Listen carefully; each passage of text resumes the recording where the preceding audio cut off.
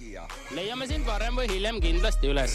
Top 3 nädala 4 tuhmimat topist. Igal reedel Raadio 2 hommikuprogrammis Silmad lahti. Tere hommikust, aeg on käes rääkida meie nädala topise võitjaga, kelleks seekord on üks väga muhe mees, kes siin kerkis avalikkuse ette juba siis vabariigi aastapäeval, kui ta käis siis oma pojapojaga või tütrepojaga või kellega iganes oma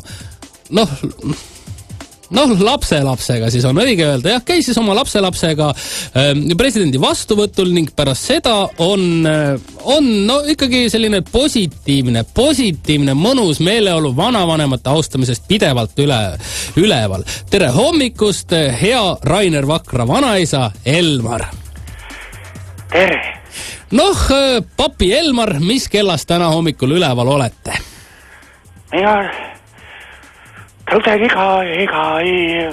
iga hommiku tõusen 5 vaiku umbes üles ja siis lähen 6 vaiku magama ja siis ärkan jälle kell 7 ja kell 8 lähen magama ja siis lähen poodi.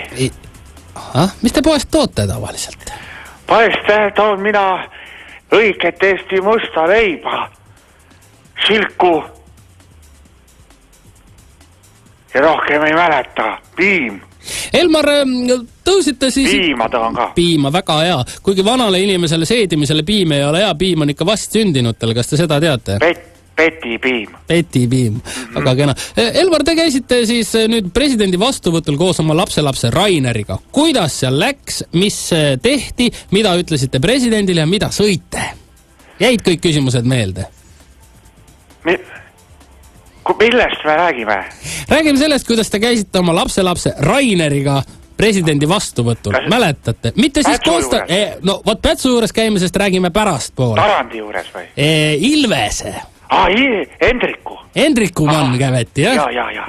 Nii, rääkige, Elmar, kuidas te siis Hendriku mann käisite? Oli külm.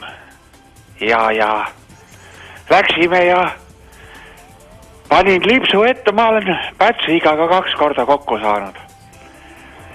Ja Arnold Rüütel mind ei kutsunud kuhugi 1 korra ainult. No see on sellepärast, et te pole kommunist. Ei ole kommunist. 1 korra kutsus mind Hiiumaale Euroopa naaritsa jahile, aga ma ei saanud minna, olin tööl. Hendriku Ilvese jahi või sinna Hendriku juurde läksime koos oma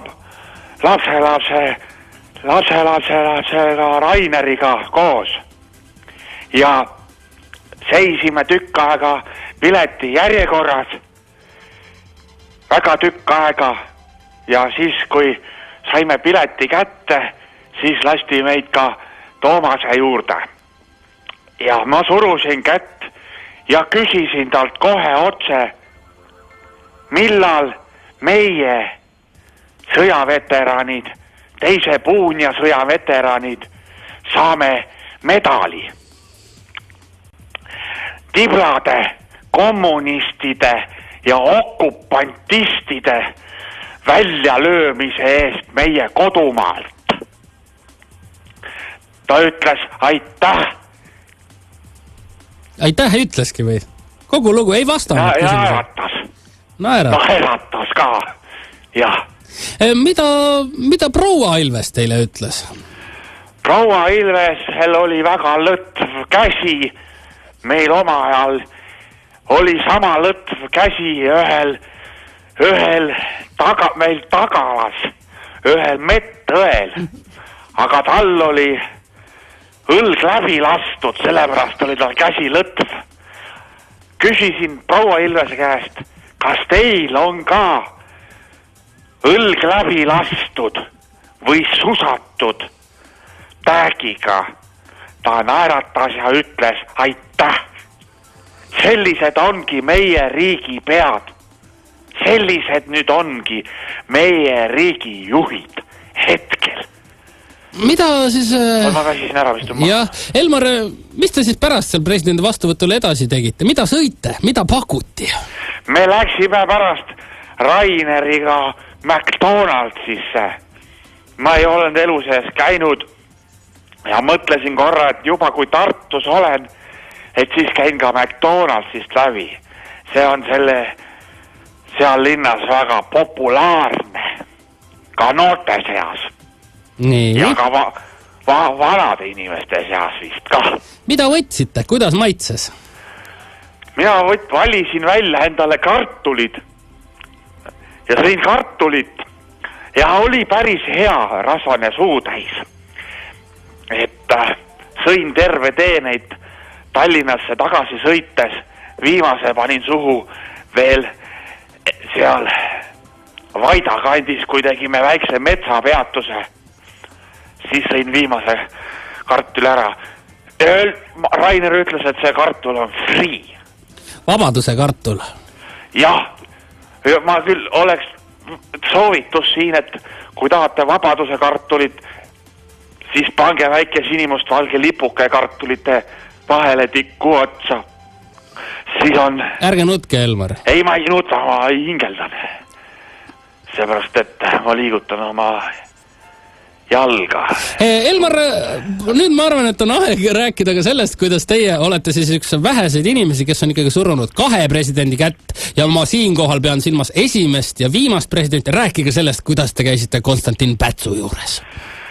No Pätsuga me olime seal Pärnu lähedal Rannamõisas. Tema oli seal tallipoiss. Mina olin võimlemismattide õmbleja. Ja meil õhtuti käisime külakõrtsus.